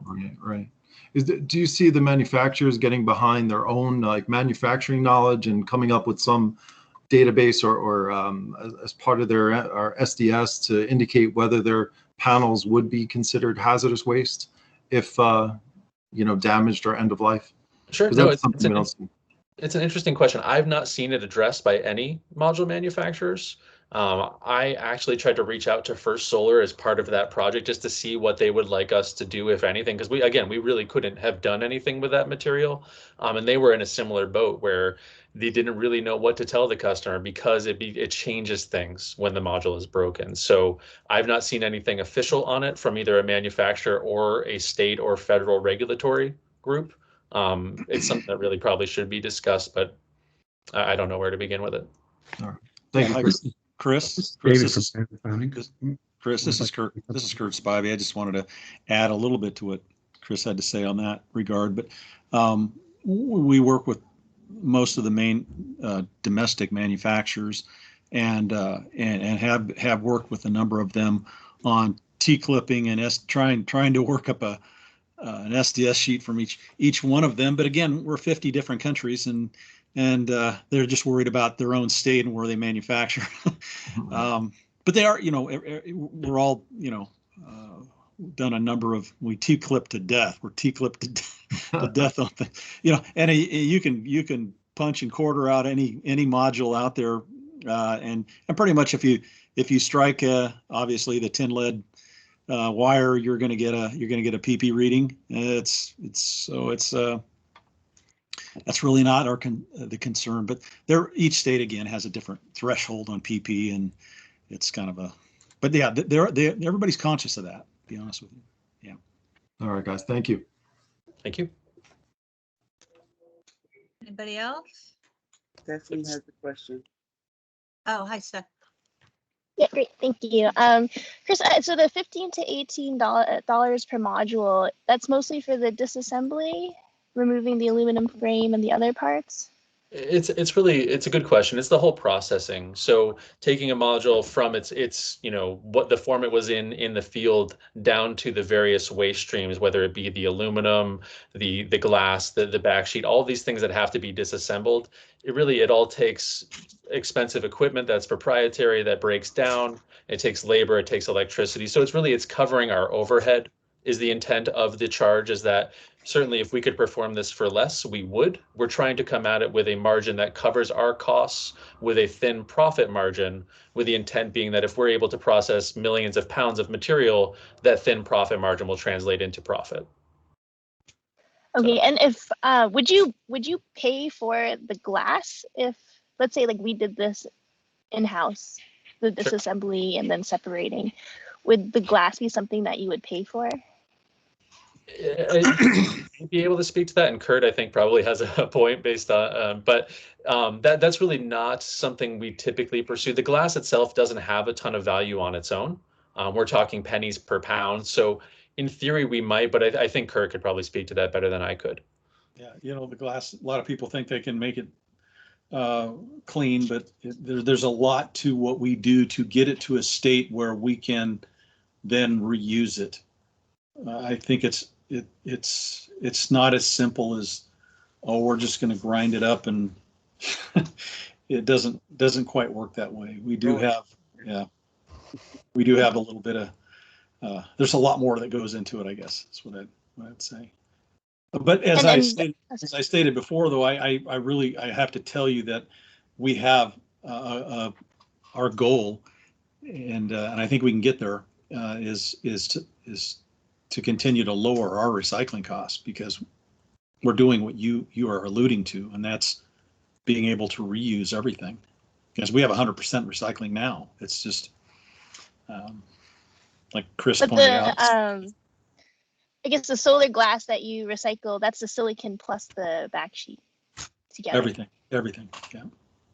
But you crush it all together. Yeah, we have we have in each of our systems, it's about $6 million worth of equipment. I don't know how to describe that, but it's a built, they're huge. It's a huge system, processing system with some fairly sophisticated separation processes through it. And we have to do that because our end products that we're blending and making have to have that quality. Yeah. Okay, thank you. Thank you, Stephanie. Anybody else? Could I ask a hypothetical question? Please do. Yeah, I apologize if I'm off base, but I don't fully appreciate, I guess, the definition of electronics under the universal waste regulations. I'm wondering if, solar panels are just not another form of electronics, and how, regulators, the DEP would view that type of question. I'm sorry, Nick, I'm not sure I understand. To me, a solar panel is just another piece of electronics. Why isn't it already universal waste? That's a good question. It's something, it's a topic that's come up quite a bit with various, end users that we work with, some of these larger companies that do business in many states of, how do we define what regulations we fall under when federal and state requirements are very spotty at best in regards to end life solar modules? With the exception of California, no one's really come out and said anything about universal waste. And so I think it's really more up to state and federal guidelines to start addressing this, because right now there are not a ton of rules on solar recycling. And as Tommy touched on earlier, we could still technically qualify for R2 based on the way we read it. And I laughed when he said it. We could be throwing modules away. We're not. I can say that with confidence, but the rules are very, very scant on solar module recycling. We'd like to see those improve so that we could further differentiate ourselves. So I guess my question is, how precisely defined are electronics under current universal waste rules? Why isn't a solar panel just another piece of electronics? That's a good question. I think In New Jersey, they're very specifically defined as computers, TVs, printers, faxes were added as part of the last law statutory amendment. So they're very specific. E-waste in New Jersey is very specifically defined. Consumer electronics, yes. Right, under the law, under the law. Okay, thank you. And solar panels are not electronic, they're electric. They're electric power generation equipment, but not electronic. They got no smarts in them. Right. They function like a battery. But aren't very smart. I'm sorry. I mean, I would call a printed circuit board an electronic piece of equipment. Nick, did you have a question or comment? I have a question for Chris. So would you advise us to impose some sort of a surcharge here for the sale of every solar panel in New Jersey dedicated to like a recycling fund? Would it be advisable in your opinion? that's an approach. I mean, granted, take this all with a grain of salt because I have a vested interest in obviously making money doing this. I think probably the best single approach would be to ban the landfill, ban whether these modules can go to the landfill, and that will drive companies like Eco and companies like my own, Cascade Eco Minerals, to produce a solution that's viable for your state. And working together on something like that, where it's not cheap and easy to go throw them in the landfill, that I see is doing more for the industry than an upfront charge. But it's, your mileage may vary on that. That sounds like the California ARF, Advanced Recovery Fee model, where they're charged for display screens. It's been a very successful program in California, but it's the only state. It's more similar to we in Europe or up in Canada. I think it's for California doesn't do a lot right, but that's one that I think has worked out quite well compared to the producer responsible model, which is, I think, what you guys are contemplating, if I'm not mistaken. Of course, David Thompson, I hear your voice, and I know you know more about this than probably any human I know. As far as just comparing what works, I don't know if I really agree at all with how California approached solar, but time will tell. Lyle, do you have a question or comment? Yeah, well, one on that conversation, something to be sensitive to is that, something like a mandate or assessing a fee on modules up front will touch off a kind of an interagency struggle, because elsewhere in Trenton at the BPU, aided by the Rate Council's office, they are pushing as hard as one could possibly push to get the cost of incentives down. And of course, anything that raises the cost of solar raises the cost of the incentives the state must provide to make the projects viable. And right now, at this very moment, that's a mighty struggle between the BPU and the solar industry, with the BPU saying, well, we're not going to pay you as much as we tell them that we need to just to meet the minimum rate of return. So it's a mighty battle already. So this conversation would need to be a part of that conversation, really, to make things work.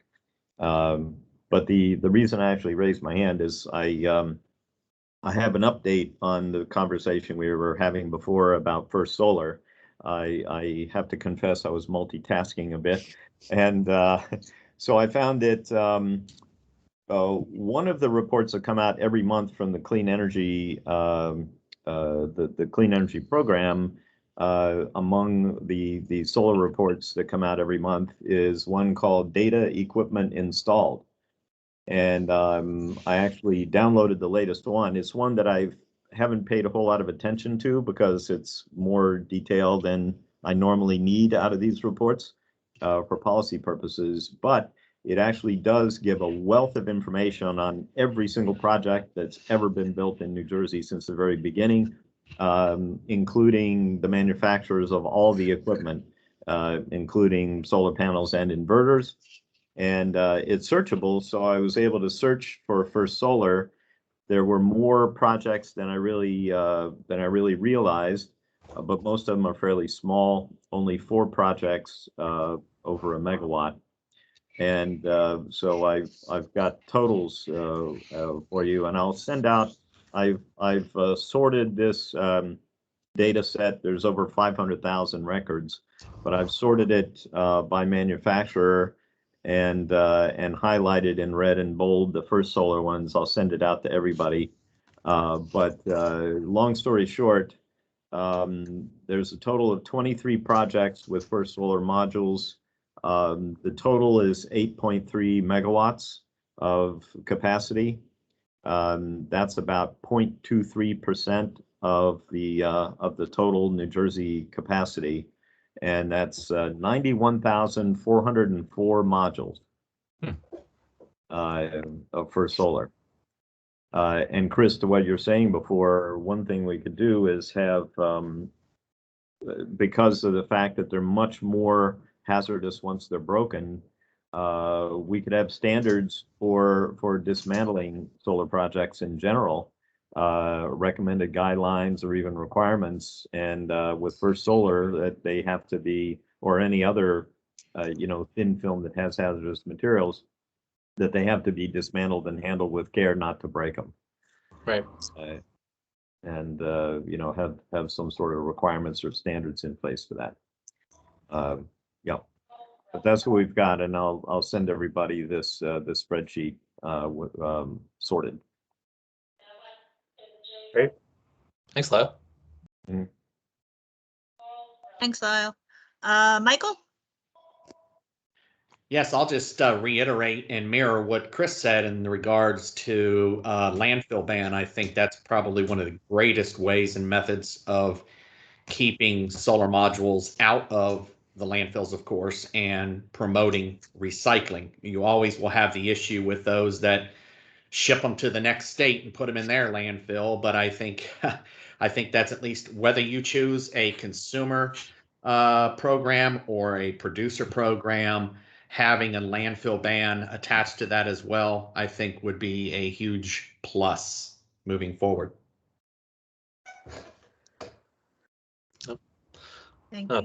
Thanks, Michael. Yeah, it's a pretty firm one from the recycling team over here saying don't let them in your landfills anymore. What we did in New Jersey with food waste might offer an example. Instead of a ban, an outright ban, we said that if there's a facility within X miles of a generator of a certain level of waste, in this case was food waste, it was required to use that facility as opposed to going to a landfill. So if you had a recycling facility in New Jersey, you could say, theoretically then, you're required to use that facility. But there is a cost factor, because to satisfy the landfill folks, we had to import that notion of parity. All things being equal, if the costs are the same or better at the facility, you're required to use that facility. So there's an economic calculus put in. Sure. Right, but there's already a few, but not many, food waste recyclers in the state. This would again be one of those examples of, we pass a law and they will come. Mhm. There's a certain amount of risk there? What if they don't come? You know, so. Celia? Yes. Chris, I have a two-part question for you, okay? The first one is, have you ever heard of a mineral or mineral content called antimony? Yes. Okay. That huge pile, this is my second part of my question. Sure. The huge mound of glass that we saw there, is antimony contained in that huge mound? I'm going to defer to Kurt on this one. I do not know with confidence one way or the other. Mm-hmm. Oh, okay. Well, And you're concerned with antimony? it's a hazardous waste. Okay, and here's my actually was supposed to be 2, now it's going to go to 3. That mound, is the lining for that mound above ground or below ground? Lining, are you talking about a landfill? No. The mound of glass that we saw there, there's a lining at the bottom of it, right? There is a 12-inch pad of concrete with another 12-inch curb around the entire property of cement. So this is, complete captive acreage where all these minerals sit. Okay. The only reason that I was asking my question is for groundwater. I was just wondering, if there was any kind of seepage that was going to be going out from that huge pile. How long does that pile stay there for? How often does it come to half? Or you would be surprised. We rotate through that, which you see right through there. I can't remember. I'd have to ask my partner. I don't know how many times a year. That's how fast this material comes in and goes out and builds up and goes out. Comes in, goes out. We supply the largest consumers of glass and throughout this country daily. We have rail spurs that go into our plants, so it's material comes in and we have rail car loads going out.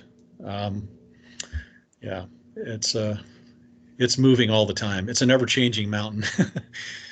It's a good question. Well, I'm glad to hear that, there's a whole bunch of cement under that huge pile. Absolutely. All of our yards are they're all like little swimming pools. Say little acre. Oh, yeah. Cement. Thank you. So if nobody else has any questions, I have a similar question to what I asked previously as well. So it looked like your list included 9 facilities in 9 different states, one of which is pending. Do all of those 8 facilities, and you said that some are in the process of being retrofitted to accept solar panels. How many are currently accepting solar panels? We have there's right now we have they all accept solar, but the main processing will do sub-assemblies and sub-processes at some. And for the main processing and remineralizing, we have, I think, 4 different plants that do that. And it's where we're implementing our fine grind operations. And so each facility is outfitted differently like that. But each of them can do sub-disassembly and sub-processing before we do final processing. Okay, and the reason I'm asking again, I am trying to understand the intersection between the R2 standards and the ISO standards and the regulatory requirements or statutory requirements in each of those states. So again, in New Jersey, we have the e-waste law requires R2 certification for those authorized recyclers managing CEDs. We have a very, again, New Jersey, we have a very specific set of regulations managing, overseeing, authorizing recycling of all kinds of materials in the state.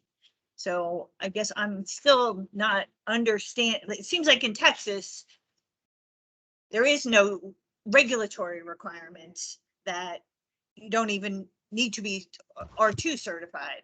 So in the 4 states that you are processing, are there statutory or regulatory requirements governing these processes? That would be no. No. Just like we're in Texas also, and we're in Ohio has not. And Ohio doesn't even have we don't even have an electronic recycling bill in Ohio, which is strange because we're surrounded by every other state that does. So I've always found that to be interesting why Ohio didn't even adopt the electronic recycling. I mean, we do, R2 certification. We do a lot of CRTs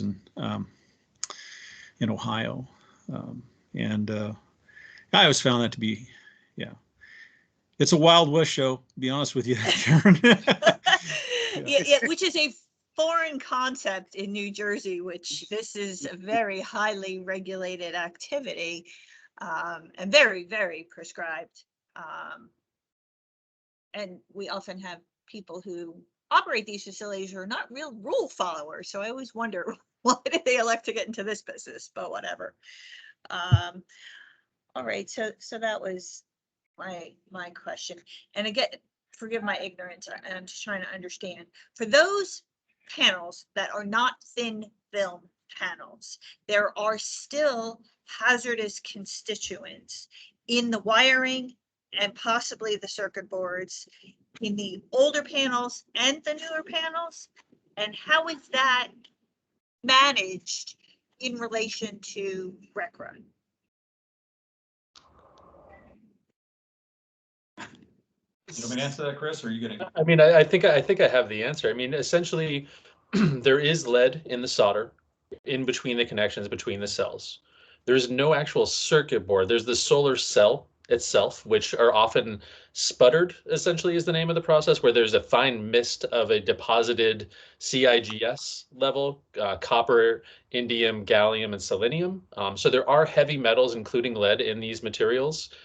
As far as whether or not they're compliant, we don't tend to run into RCRA rules for them because in general, they're either regarded as universal waste or just as general waste. We don't see modules listed as hazardous waste anywhere, with the recent changes in California being considered, that they're now calling them universal waste. So as far as whether or not, I don't know if you can elaborate on this, Kurt. I don't think we're running into RCRA regulations on the handling of solar modules, but I don't want to misspeak. Am I correct there? No, we don't.